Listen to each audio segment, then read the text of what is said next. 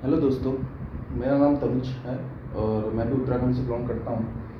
तो मैं भी स्टडी करता हूँ, मैं भी तैयारी कर रहा हूँ।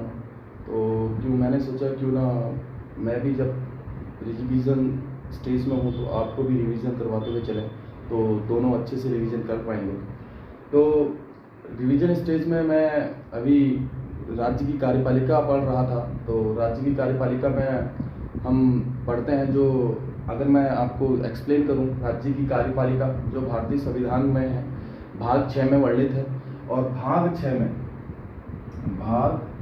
में 152 से 167 तक राज्य की कार्यपालिका का वर्णन है।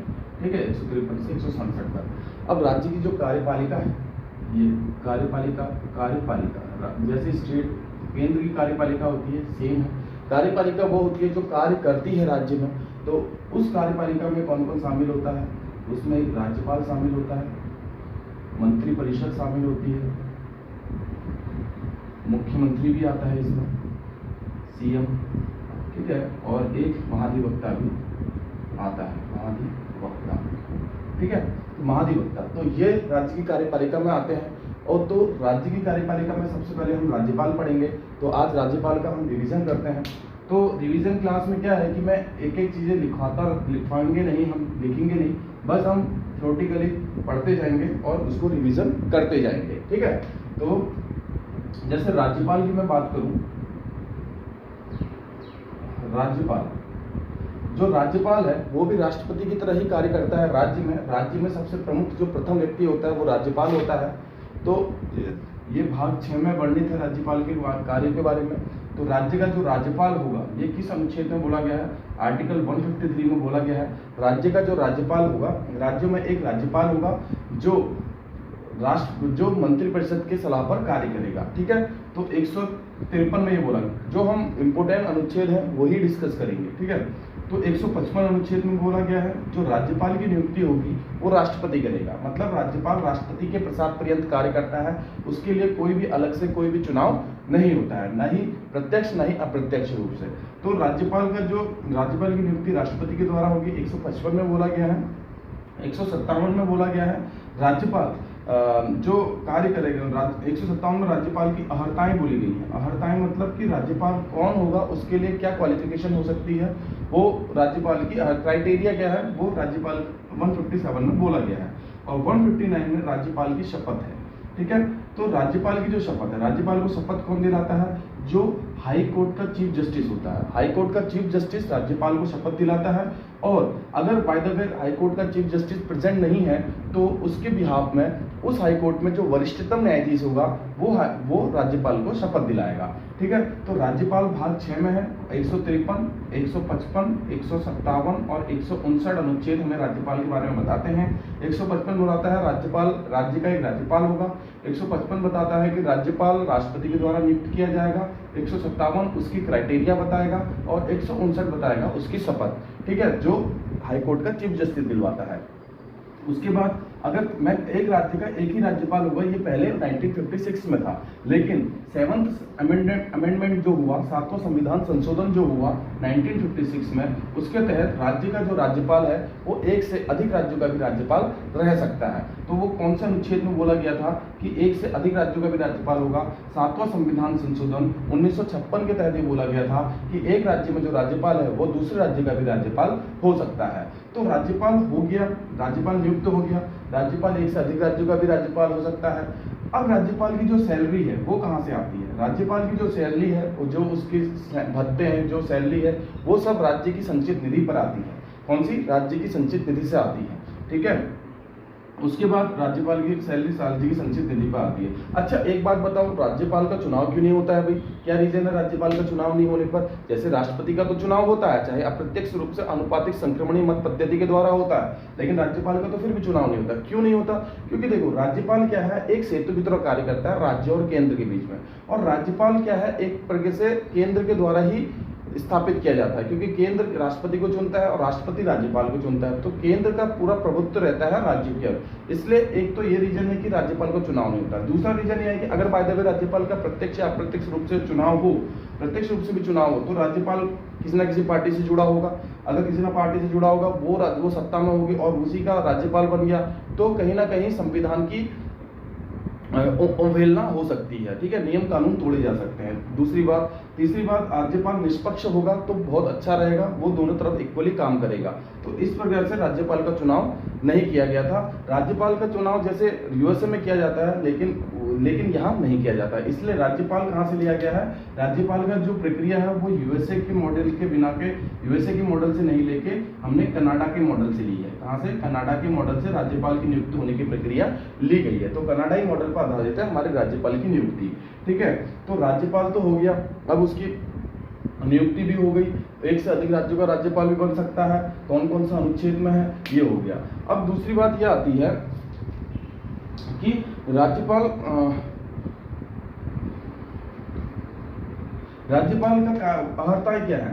राज्यपाल की जो अहर्ताएं हैं वह मतलब कि एक राज्य राज्यपाल बनेगा, वो 35 वर्ष की आयु पूर्ण कर चुका हो, दूसरा वो भारतीय नागरिक हो। दो अहर्ताएं तो हैं मेन, ठीक है, लेकिन इसमें कुछ आगे और जोड़ दी गई, जैसे कि वो कोई भी लाभ के पद पर नहीं होना चाहिए। कोई व्यक्ति अगर राज्यपाल है वो विधानसभा का सदस्य है या लोकसभा का सदस्य या कोई भी सदन का सदस्य है, तो जिस पद को वो ग्रहण करेगा, जिस तिथि को, उस तिथि को वो उस पद का त्याग करेगा। तो ये एक लाभ का पद है, तो इसलिए उसको उस पद से त्याग हो, तो वो रिक्त पद हो जाएगा, ठीक है। तो राज्यपाल कोई लाभ के पद पर नहीं होना चाहिए, राज्यपाल किसी से जुड़ा हुआ नहीं होना चाहिए, तो वो ही व्यक्ति राज्यपाल बनेगा। और राज्यपाल की जो पदावधि है वो कितने टाइम तक राज्यपाल रहता है? वैसे तो राज्यपाल 5 वर्ष के लिए रहता है, एज पर चुनावी रूप से निकल कर नहीं आया है, एक चुनावी रूप से निकल कर नहीं आया है, वो क्या है, वो नियुक्त किया गया है राष्ट्रपति के द्वारा। तो राष्ट्रपति के प्रसाद पर्यंत कार्य करता है, तो राज्यपाल को कभी भी हटाया जा सकता है, ठीक है। राज्यपाल अपना त्याग पत्र किसको देता है? राष्ट्रपति को अपना त्याग पत्र देके वो हट सकता है, ठीक है। तो ये कार्यनामे हो रखे हैं पहले, क्या एक संवैधानिक पद है, बट राज्यपाल का पद कोई नियुक्त नहीं होता, ये प्रसाद पर्यंत कार्य करता है, ठीक हो गया। अब राज्यपाल की जो शक्तियों के बारे में हम बात करते हैं। तो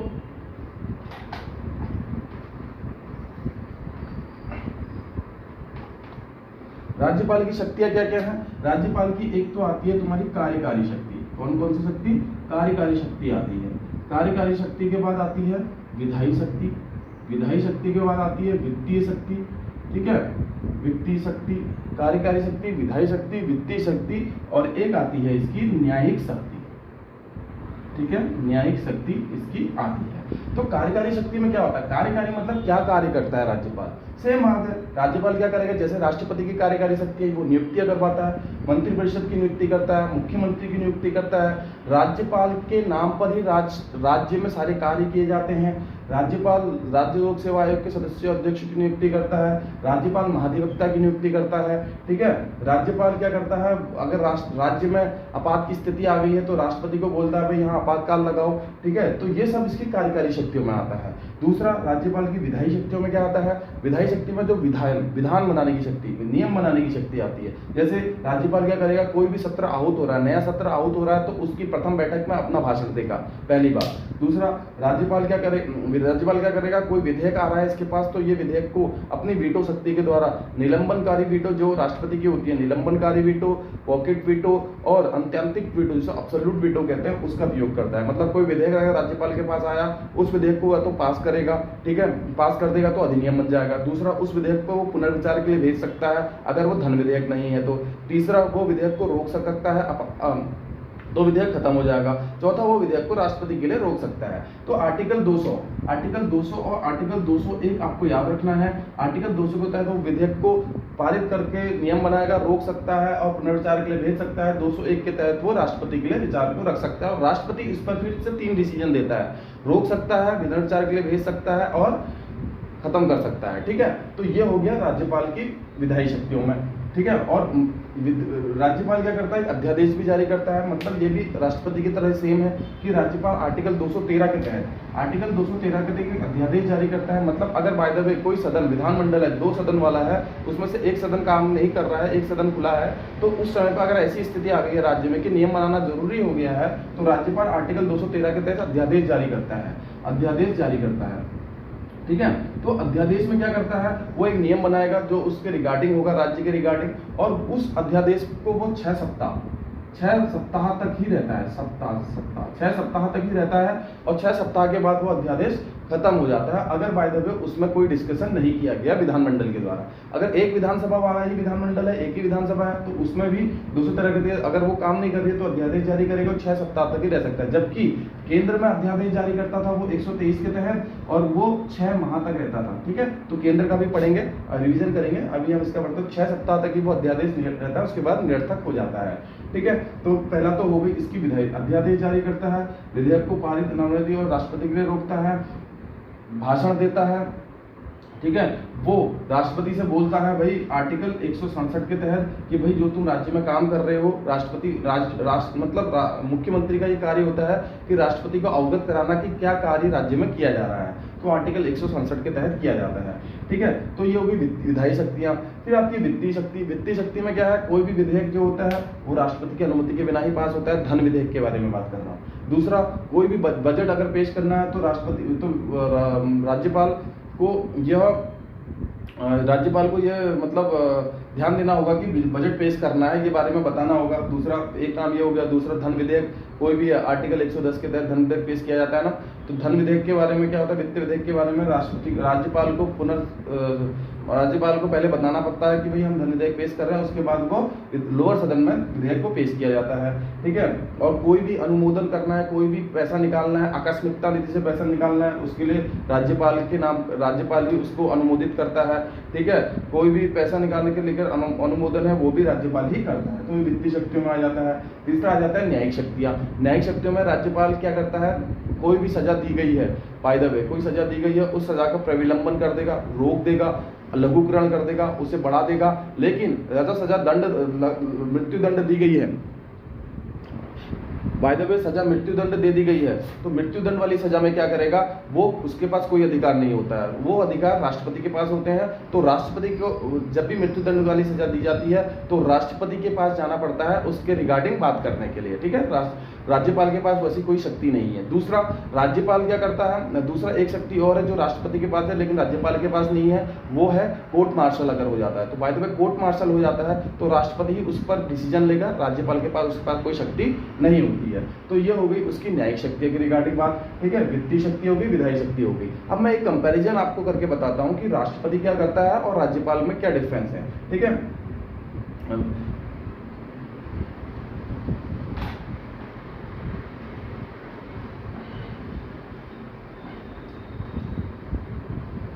जैसे अध्यादेश जारी करने की बात आती है, जैसे अध्यादेश जारी करने की बात आती है, राष्ट्रपति आर्टिकल 123 की तरफ अध्यादेश जारी करता है, ये 213 के तहत अध्यादेश जारी करता है। अध्यादेश जारी करने के लिए भी एक नियम है, अध्यादेश उसी पर जारी किया जा सकता है जिस पर विधानमंडल या संसद क्या हो, कानून बना सके, उसी पर अध्यादेश जारी किया जाएगा। ठीक है, तो अध्यादेश जारी करने का एक क्राइटेरिया ये भी है कि राज्यपाल या राष्ट्रपति उसी पर अध्यादेश जारी करेगा जिस पर संसद कानून बना सकती है, जिस पर संसद का अधिकार है कि हाँ हमें इस पर कानून बनाना है, तो उस पर ही अध्यादेश जारी किया जाएगा। ठीक है, दूसरा बात तो ये हो गया कि अध्यादेश जारी वहीं किया जाता है जहां पर कानून बना सकती है संसद या विधानमंडल, तो वही अध्यादेश, उसी पर अध्यादेश जारी किया जाता है। तीसरा, अध्यादेश यहाँ 6 माह के लिए वैलिड रहता है, यहाँ 6 सप्ताह के लिए वैलिड रहता है। ठीक है, 6 माह बाद तो स्वतः ही खत्म हो जाएगा अगर इस पर कोई डिसीजन नहीं लिया गया, 6 सप्ताह बाद वैसे ही समाप्त हो जाएगा अगर कोई डिसीजन नहीं लिया गया। तीसरी बात अध्यादेश के रिगार्डिंग ये हो गई। और अध्यादेश जब वो लेगा तो मंत्रिपरिषद की सलाह लेना जरूरी है। मंत्रिपरिषद, इसने भी मंत्रिपरिषद की सलाह लेनी है, इसने भी मंत्रिपरिषद की सलाह लेनी है। ठीक है, तो अध्यादेश जारी करने के लिए मंत्रिपरिषद की सलाह लेना जरूरी है, बिना मंत्रिपरिषद की सलाह लेकर अध्यादेश जारी नहीं किया जा सकता है। ठीक है, ये अध्यादेश के रिगार्डिंग डिफरेंस हो गया। 6 माह और 6 सप्ताह वाला याद रखना, ये पेपरों में पूछा जाता है। ठीक है, अध्यादेश की रिगार्डिंग ये हो गया। दूसरा, अब राज्यपाल राष्ट्रपति और विधेयक में सामान्य कोई विधेयक पेश किया गया, सामान्य विधेयक पेश किया गया, राष्ट्रपति का क्या कार्य होगा? राष्ट्रपति अगर सामान्य विधेयक पेश हो गया, लोकसभा में पारित हो गया, राज्यसभा में पारित हो गया, राष्ट्रपति के पास आया, राष्ट्रपति उस पर 3 वीटो का यूज करेगा, अब्सोल्यूट वीटो, अत्यंतकारी वीटो और पॉकेट वीटो। अत्यंतिक वीटो हो गया और निलंबनकारी वीटो हो गया, पॉकेट वीटो हो गया। अत्यंतिक वीटो का मतलब यह है अत्यंतिक वीटो का मतलब यह है कि वो अपने पास रखेगा और उसे रखे रहेगा, उस पर कोई डिसीजन नहीं लेगा, मतलब वो स्वतः ही समाप्त हो जाएगा। दूसरा, निलंबनकारी वीटो का मतलब यह है कि वो उसको पुनर्विचार के लिए भेजेगा सामान्य विधेयक को, ठीक है। पुनर्विचार करके बाय द वे कोई विधेयक पास हुआ, जैसे महिला सम्मति विधेयक था जिसमें 33% आरक्षण है, माना वो लोकसभा में पारित हुआ, राज्यसभा में पारित हुआ, फिर राष्ट्रपति के पास आया, राष्ट्रपति ने उसे पारित कर दिया है, तो 106 संविधान संशोधन आएगा वो, ठीक है, अभी जो पारित हुआ है।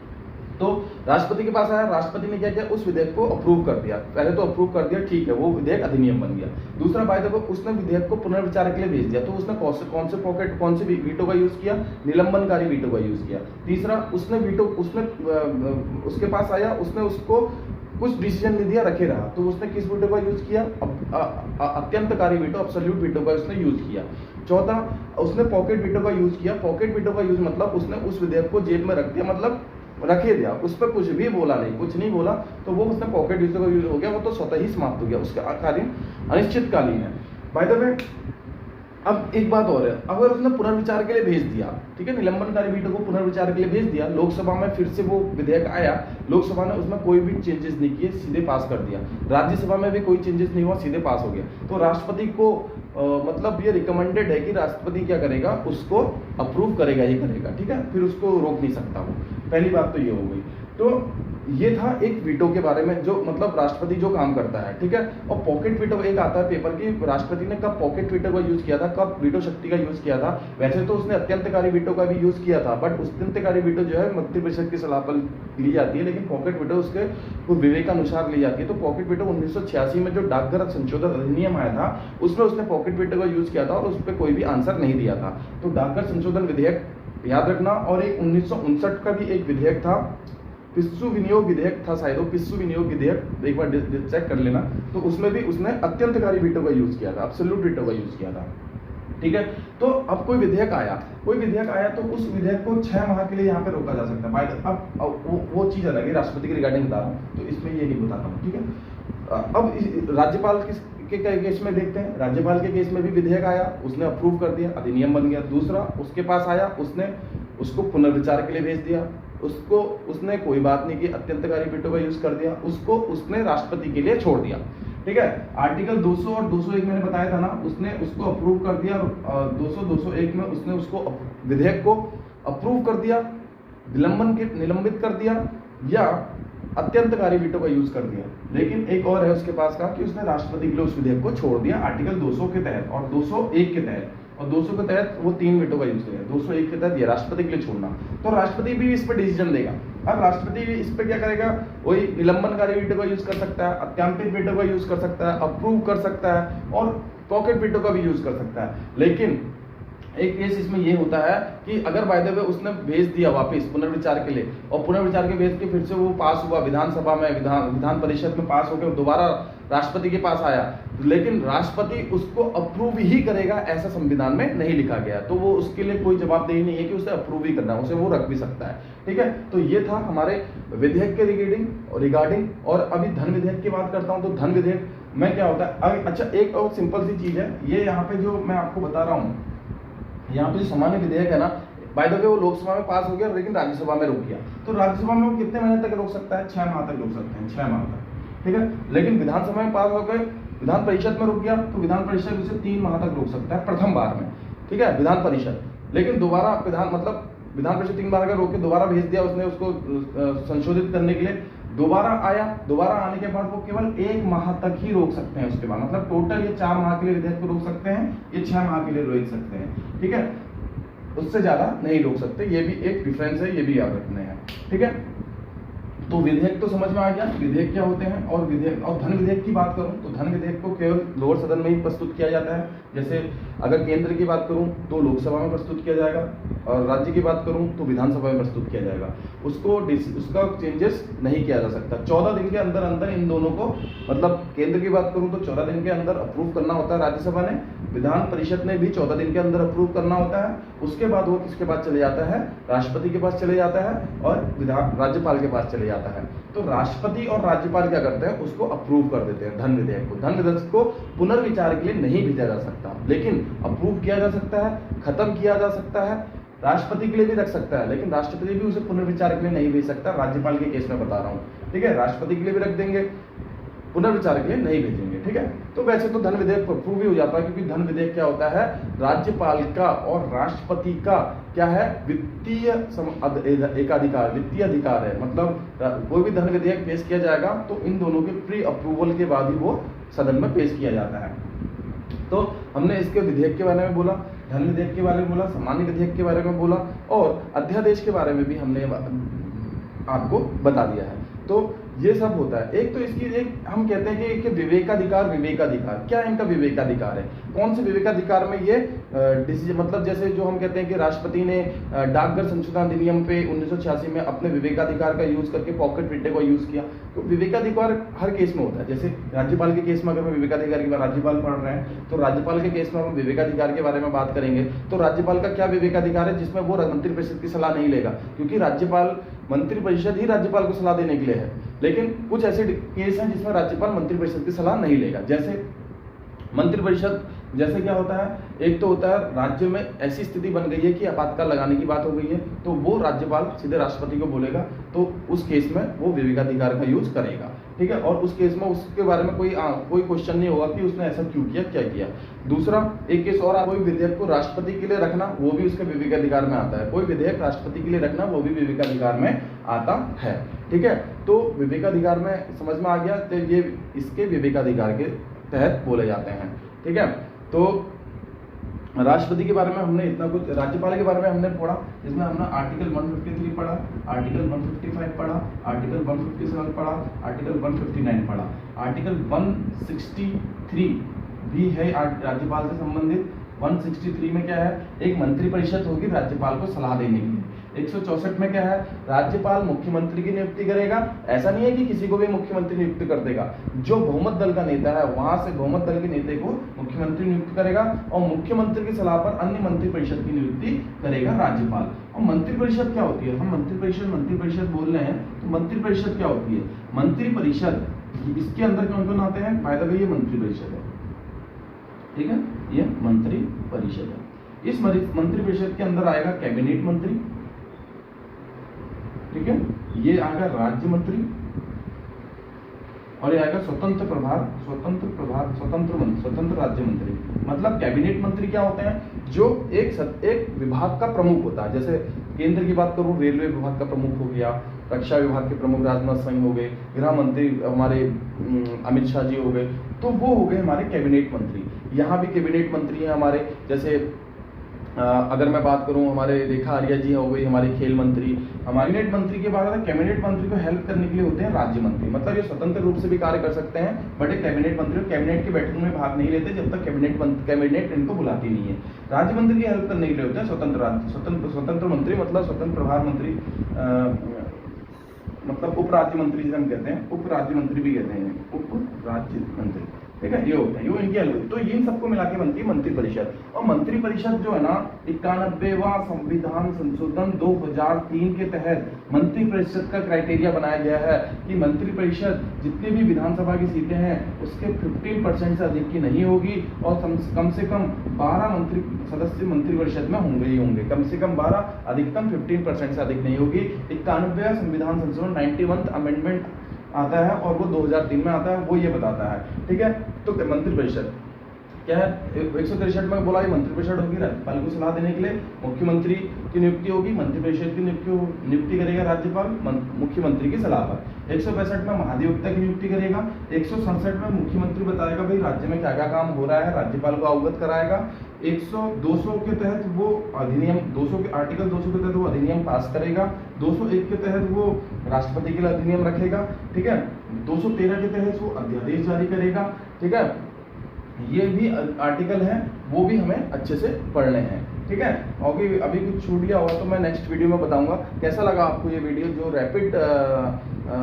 रैपिड राउंड अगर हम कह सकते हैं राज्यपाल के बारे में हमने जो रिवीजन किया, ऐसे ही फटाफट हम सबका रिवीजन कर देंगे और पेपर से पहले हम सब कंप्लीट कर चुके होंगे। मैं करंट का भी वीडियो लेके आऊँगा जिसमें हम अप्रैल, मार्च, मई, जून, जुलाई इन सब की करंट होगी। और अगर आपको ये वीडियो अच्छा लगता है रिवीजन के पर्पज़ से कहो, और जब भी पेपर हो जाएंगे उसके बाद अगर सब अच्छा चला भगवान की कृपा से तो मैं इसको कंटिन्यू करूँगा। प्लीज़ अगर अच्छा लगता है तो लाइक एंड शेयर कीजिएगा। Thank you so much.